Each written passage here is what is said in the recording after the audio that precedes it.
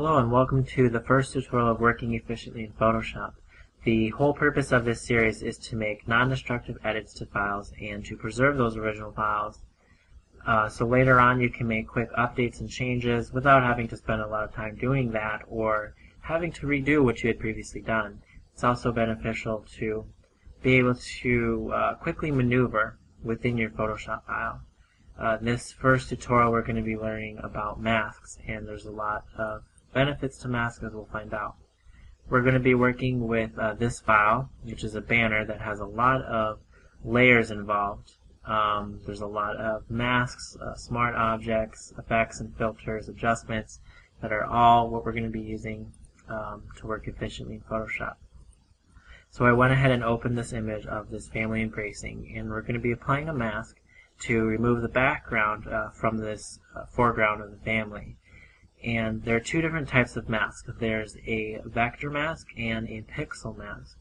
And a vector mask uses mathematical points to draw shapes, and you can draw those shapes using the pen tool and by masking out objects.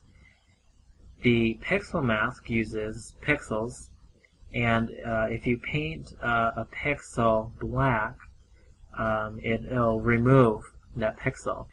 If you paint it white with the pixel mask, it'll add that pixel back in.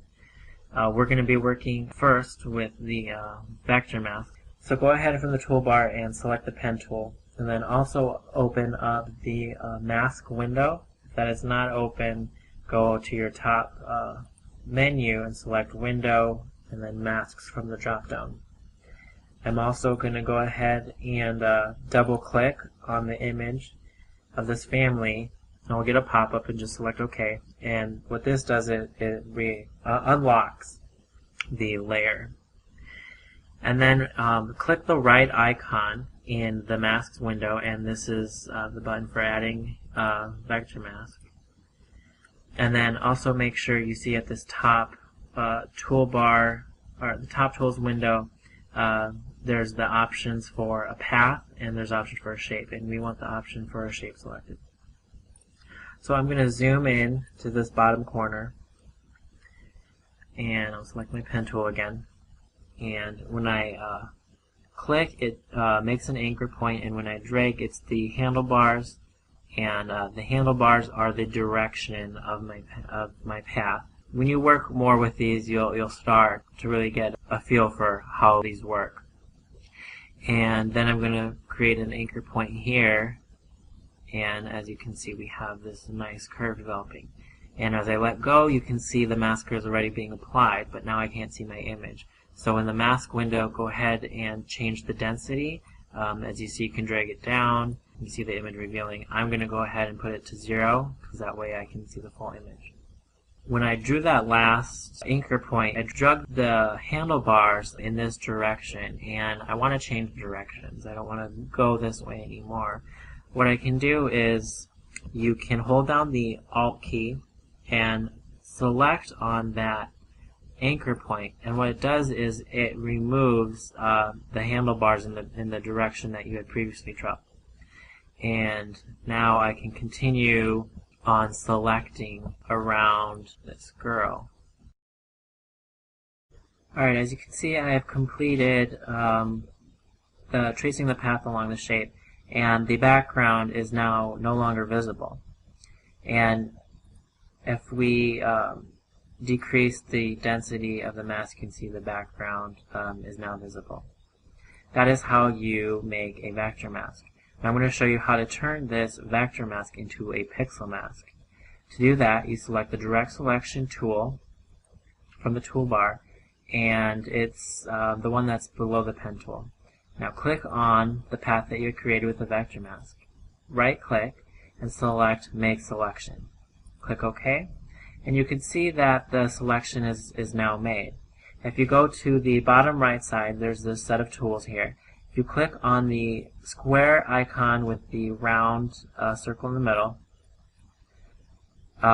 click on that, and it doesn't look like anything changed. But if you look in your Layers panel, you can see that a thumbnail has been added, and that's the pixel mask. If I disable the vector mask, it looks like nothing happened. but that's because the pixel mask has taken on the same selection as the vector mask. And if I disable the layer mask for the pixel mask, you can see that the background is now visible. And to enable and disable these, what I'm doing is right-clicking and just selecting enable or disable.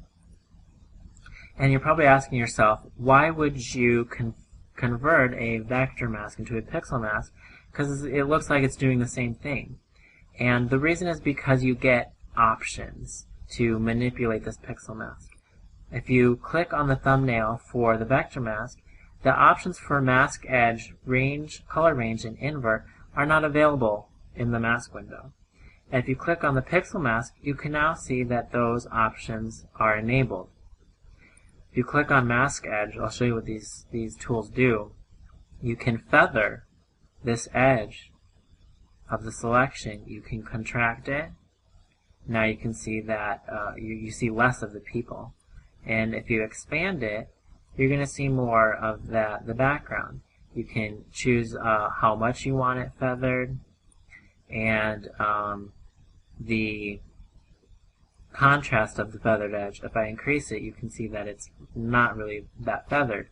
If you decrease it, you see that there's a lot more feathering going on. I'm going to select cancel, but you can see that you get other options to manipulate your subject. And that's one way of creating a pixel mask. Another way I'm going to show you, what I'm going to do is I'm going to select, hold the Alt key, and then click on your layer and drag down and let go. And that's how you just duplicate the layer. What I'm going to do is I'm going to delete the vector mask, and I'm going to delete the pixel mask. Now you can see that those are completely gone. I'm going to move that layer to the top, and now you can see that this is just the original file that we used. Earlier I told you that if you paint a pixel mask black, it removes, and if you paint it white, it adds. So again, we're going to select make sure your image is selected, and then click on that icon for the mask, and that's the square icon with the round center. And I'm going to zoom in here, and I have my black is in my foreground, so that means I'm going to be removing part of the image. And as you can see, I'm just brushing. I'm going to turn this layer off. You can see that I went into the image, but you're like, hey, that's okay because it's a mask. If I hit X, it toggles back and forth between these two colors, you can see. And white adds back. So I'm going to add the white back in. Alright, let's try this again. So you can follow along the edge, and you can see I'm doing a sloppy job. It's a little more difficult with the mouse. If you have a Wacom tablet, it's a little easier. But you can see essentially it's doing the same thing. It's removing that background by using the brush tool. This is just another way to perform a mask. I prefer using a vector mask because I feel it's quicker, and you're able to make smooth curves because you're making 2 points, and you're able to create a really nice curve between those 2 points. Versus, with you're trying to move a mouse around along a curve, you get a little jagged. So those are some options on how to do masks. You have a vector, a pixel, and you have a variety of ways to create those. I'm going to go ahead and delete that layer. Turn this layer back on that has the vector and the pixel mask.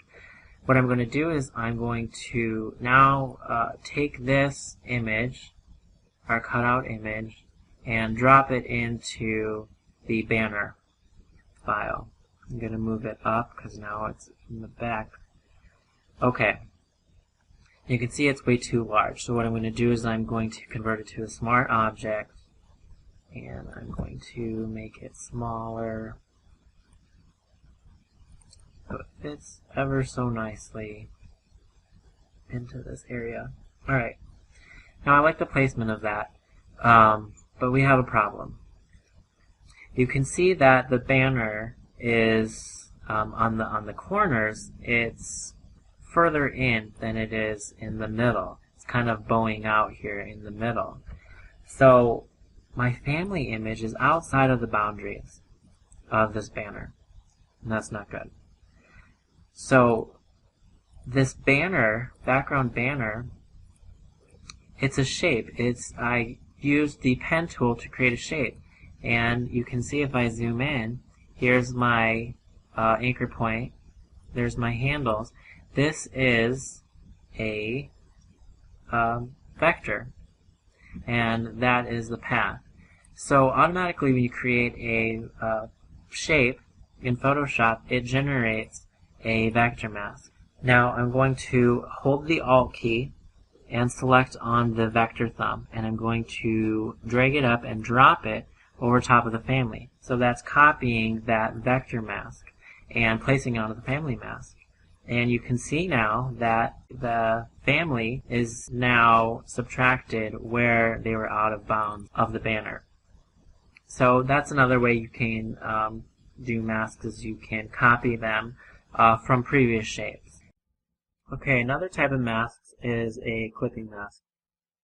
Now, a clipping mask can be used if you want an image to conform to the shape of something else, to fill in the shape of something else. And I'll show you an example of that. That might sound confusing now. I'm going to turn off the colored paper and the banner background. And I'm going to draw us a star. Okay, you can see the star there. What I want now is I want this family image to fill in the star. So I need to rearrange the layers. I'm going to put the star layer on the bottom and the family layer on top of that. If I hold the Alt key and select in between these new layers, you'll see that an icon appears, and click, voila, the family image is now inside. It has conformed within that star. And I can select on this family image and move it around, and I'm moving it within the star. The star has not moved, and I can place that wherever I want it. So there you have clipping masks. Alright, lastly and quickly, I'm going to talk about applying masks to a group of layers instead of layers individually. I have deleted the star, and I'm going to change our family's blend mode to luminosity, and you can see we get this cool effect. I'm also going to turn on a layer of smoke and swirls I previously made, and each one of these lines of these swirls are individual layers, and we have the little amber glows on a separate layer, and then also the smoke in the background here on a different layer. Now all of these are grouped into one layer, and as you can see here, if I zoom in, the smoke and the little ambers have gone beyond this colored area, and I don't want that. And instead of applying a mask to these all individually, I can apply it to as a group. So click on the layers, layer mask, and I can just quickly mask out that area that they were going beyond that edge.